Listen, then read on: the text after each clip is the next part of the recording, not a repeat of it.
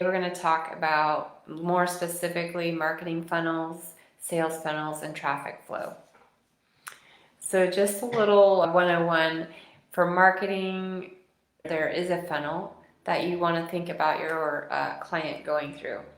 At the top of the funnel, it's broader, right? And at the top, you are just building awareness. People are just starting to learn about you. This could be through your blog or homepage, your social media posts, just the very broad first place that they see you. So they're just starting to get to know about you. Then as you travel down, you're in the middle of the funnel and it's a little bit narrower, right? This is where you're getting closer to your person.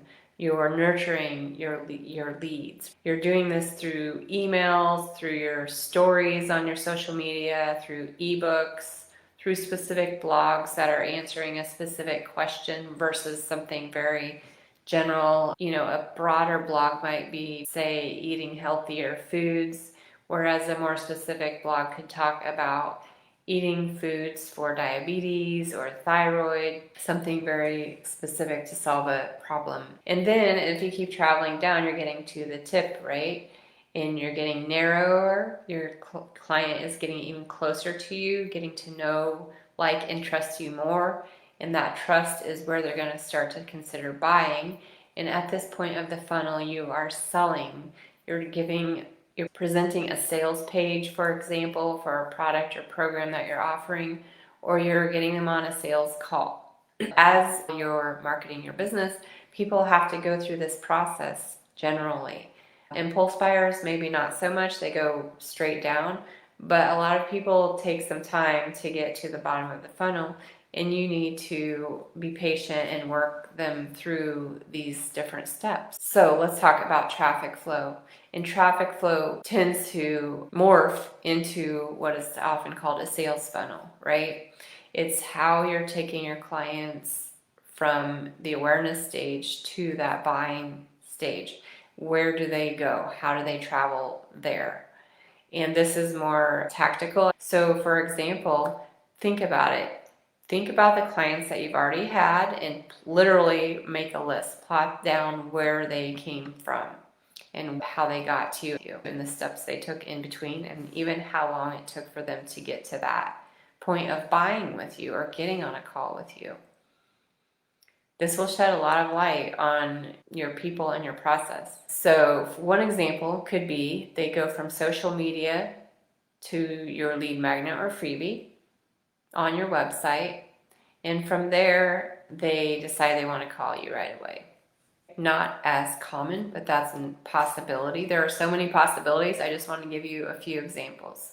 Another example is they might see you on social media, then check out your landing page because your freebie sounds amazing, and then they'll read your lead magnet or use your lead magnet, continue to get emails from you, and then get on a free call.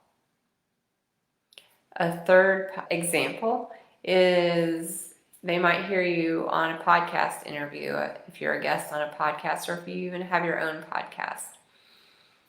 They'll hear about you on the podcast, they'll check out your website, get on your mailing list, and then jump on a free call with you. So you're going to have various ways that people find you, but you can see a common thread usually in which one happens more frequently, and you want to try to embrace that and work with that. If it's flowing naturally in that way, then make sure you're intentionally meeting people in those spots with different value as you go along. So you're in the right places, you're on the social media, you're on your website, or maybe you don't even have a website, and that's totally fine. You're on social media, you have a great lead magnet, you're in their face via email. That's where you need to add the different value, and you need to have the value that's building awareness at the top of the funnel, and your emails will be nurturing, and then eventually invite them to a call. That is a little bit of psychology about buying patterns and people's buying behaviors in general, but also some tactical information to help you with your marketing.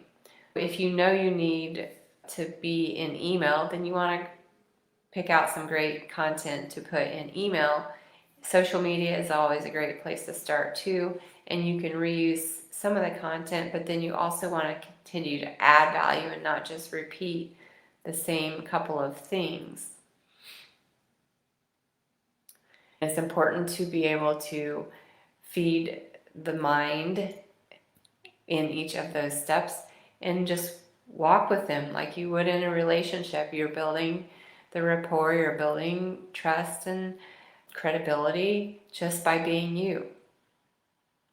But as with your wellness, the more that you identify the steps that you need to take and the places that you need to show up and what you need to show up with, then your marketing is going to be more effective, just like your recovery and wellness plan is going to be more effective. If you have questions about this, please put them in the comments and I'll be happy to answer those. In the meantime, if you are wanting help to determine which items you need, which ones are essential for your marketing sales funnel, then please jump on a call with me and we'll determine what your essentials are. All right, have a great rest of your day and I'll talk to you soon.